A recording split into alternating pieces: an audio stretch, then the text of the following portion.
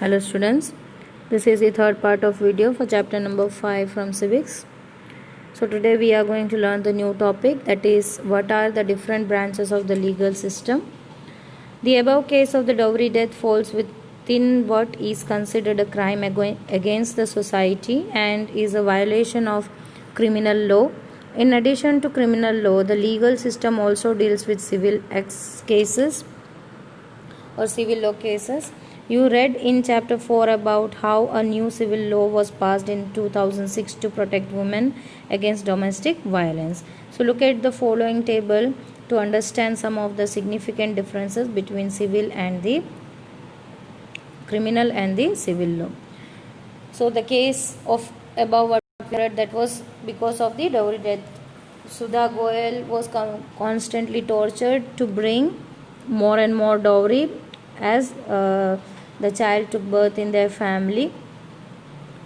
So this comes under the crime against the society, because we are living in a society in certain kinds of rules and regulations which is accepted by the people, by the citizen, those who are living in a society in better way and respecting each other and in peaceful way and calmly and in friendly way the people are living in the society. So there are certain rules. So if that is being violated, then this is considered as the criminal thing. It means they are violating the rules and regulation what is being meant by the government, and as well as the main role who has made this law, that is people, because we make a government by electing the representative and all, ask them to make a rules and regulation. If their rights are being violated, then it should be protected. So Sudha's right to life, that was being violated. So here this is being protected by the government, and who is making the government? The people. So in short, crime against society, that is being counted as the violation of law or the criminal law. So in addition to the criminal law, the legal system also deals with the civil law. So there are two different branches that we are going to understand, that is criminal law and the civil laws. From the table we will understand better. Criminal law deals with conduct or act that the law defines as offenses. For example, theft, harassing a woman to bring more dowry, murder. This kind of cases includes in criminal law. Whereas what is civil law? Deals with any harm or injury to the rights of individual. For example, disputes related to sale of land, purchase of the goods, rent matters, divorce and cases. So this kind of cases includes in the civil law, dealing with the property or purchase of the goods or rent matters, anybody is not paying the rent of the houses, then divorce cases. So these kind of things are related to the civil law. Now what happens the next procedure in criminal law? If anyone is violating law, so what is being done? It usually begins with the lodging of an FIR or first information report. So if any kind of crime has been happened, so against that person FIR is lodged, that is first information report, with the police who investigate the crime, after which a case is filed in the court. So here the person, those who are victim, has to file a case against to the criminal who has done the thing. So there they will lodge their complaint, first information report, mainly what they have faced, what harm the person has did, what kind of crime they had did. Every detail is being given. Later on the same police is going to investigate the matter, and within 24 hours they has to represent that particular person. After arresting the person, they have to represent the person to the court. So police is not going to punish over here. The police not have any rights to punish the criminal, those who has done the crime. they cannot come to any kind of judgment. Just what they have to do, whosoever has complained against the person who has done that, just police has to investigate whether the fact is true or not. Like in the case of Sudha Goel, as the police arrived, what happened when the Sudha Goel's parents has filed a case, they went to the neighbors and investigate what was the matter, what happened, what they have seen. So witnesses, they are asking the questions to them, so investigating. So they have to file a report. So this report is attached, whatever is being done by the criminal, everything is being written in detail with date, time, and the names of the witnesses, the complainer's name, the person who has done the crime, his names and details, everything is mentioned in this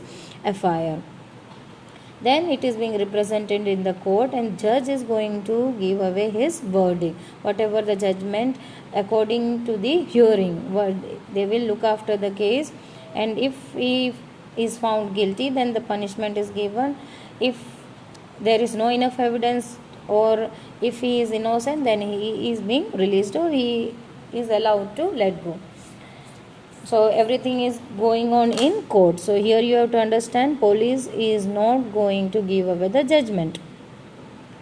Now, whereas in the civil law, a petition has to be filed before the relevant court by the affected party only. In a rent matter, either the landlord or the tenant can file a case. So here it is disputes between for the land or the property or the purchase of the goods or rent matter, divorces. So here petition has to be filed where? To the relevant court. If you are living in the district area, so mainly in district court, you have to file this petition that this was my property, like claiming this was the property that was being taken away by the other person. You have to prove, you have to give the detail of your own land if it is your property. So everything detail attached with the petition has to be given to the court. So later on the court will give away the judgment. Now in the third point for criminal law, if the person found guilty, the accused can be sent to the jail and also can be fined. So it depends upon the crime. If the crime is very severe according to the law, as I said, with the law they are also writing down the punishments. So if the crime is very serious, then they would send them jail. Judges will send them jail. Or if the crime is not more severe, then they can charge fine. Mainly the judges can charge fine to them. Now what about in civil law? The court gives the specific relief asked for. For instance, in the case between landlord and tenant, the court can order the flat to be vacated and pending rent to be paid.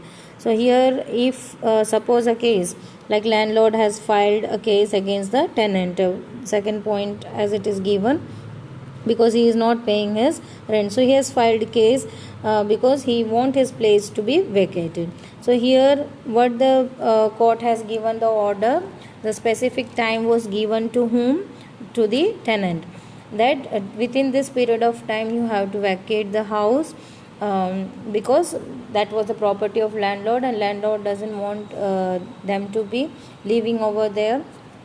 And even the court asked the tenant person, the tenant rental person, to give away whatever rent amount is left, that has to be paid to the landlord. So here the time is given, but in the criminal law the person is sent to the jail, or he has to give away the fine. Now filling the tables given below based on the what you have understood about criminal law and civil law. Here I am giving away the answers. Descriptions of violation, branch of law, procedure to be followed. A group of girls are persistently harassed by a group of boys while walking to the school. So branch of law, which kind of or which system of law is this? This is criminal law. because he is harassing. That domestic violence also include all that kind of stuff, teasing, harassing, mentally or physically, everything includes in the criminal law. So it is the branch of which law? Criminal law. Now procedure to follow. So in criminal law, what we are going to do? Filing an FIR, then later on the police is investigating, so investigation is going on, then filing of case. That was later on the procedure went to the court, and trial a judgment. So the judgment is given by the judges. Then the person, if he is found accused and guilty, then the person is sent to the jail or has to pay the fine. Now next, a tenant who is being forced to move out of the files a case in court against the landlord. So this, what kind of branch of law is this? Civil law. So what is the procedure? Filing of case against the landlord, trial relief to the tenant. So what was the judgment? That the person was given time to vacate the tenant within a period of time that is being provided by the judges. Now next question here arises that does everyone have access to the courts? In principle, all citizens of India can access the court in this country. This implies that every citizen has a right to justice through the courts. As you read earlier, the courts play a very significant role in protecting our fundamental rights. If any citizen believes that their rights are being violated, then they can approach to the court for justice to be done. While the courts are available for all, in reality, access to the courts has always been difficult for a vast majority of the poor in India. Legal procedures involve a lot of money and paperwork, as well as take up a lot of time. For a poor person who cannot read and whose family depends on a daily wage, the idea of going to court to get justice often seems remote.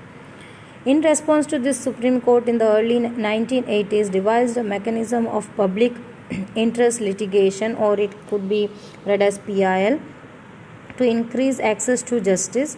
It allowed any individual or organization to file a PIL in High Court or Supreme Court on behalf of those whose rights were being violated.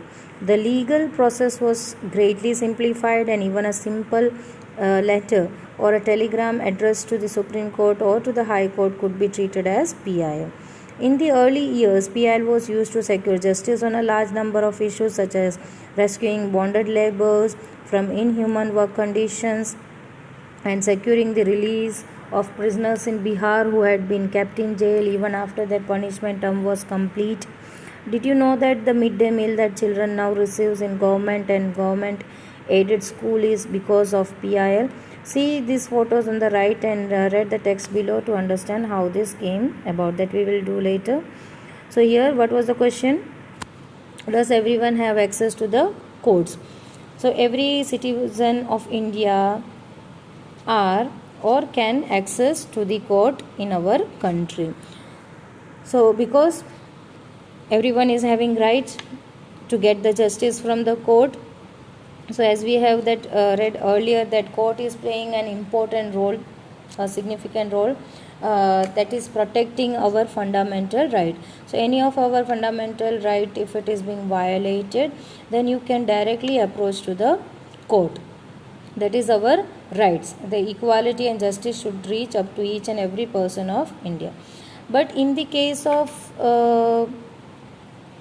poor people in India, what happened about them? Because they are not educated, they don't understand what is like we read about the two system, criminal and civil law. So which crime goes, or the thing where it includes, and the petition what they have to write, anything. So they are not educated, they don't understand the systems, and it is very complicated because they are working on the daily wages. They are not going to spare time for the cases and all, because the justice will they will get the justice, but it will take time. They have to spare time to go to file a cases, to understand the thing, everything is difficult, so much difficult for the poor people. um, so what about them? What is the solution for them? That was the next question arising. For this, the government has found a solution. Mainly the Supreme Court in early 1980s, the Supreme Court has devised a mechanism that was called as PIL, or public interest litigations. So this is an petition or appeal from the common people, or from any of the citizen, any individual or any organization can directly write down to the High Court or Supreme Court whatever problems they are facing, or if their fundamental rights are being violated.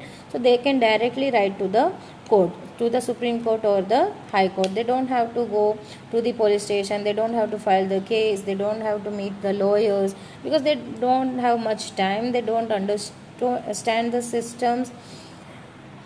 So this is the simplest way to tell that their rights are being violated. So this is a simple process. What they have to do, they can write a letter or a telegram that can be considered as PIL, or that can be treated as PIL, that is accepted by Supreme Court or High Court. So in both the court they can send this public interest litigation, writing down the detail what kind of rights are being violated. Mainly, many of the cases were also solved in early years, like the bonded laborers. Bonded laborers here, generally contractor used to hire many of the laborers from other places, and they are taking these laborers to the other city by luring them to give away a better opportunity of work. But what happens, they are cutting down the money, they are not giving enough salary to them, as also that is being given to them as daily wages, no proper housing, and even if they have taken the advances, then they have to pay it for a long run. They are not allowed to go to their home till their payment is not received, and for many years and from generation to generations they are under the contractors. And even this bonded, they even purchases, like we have learned the slave system in the past, in history we have understood this.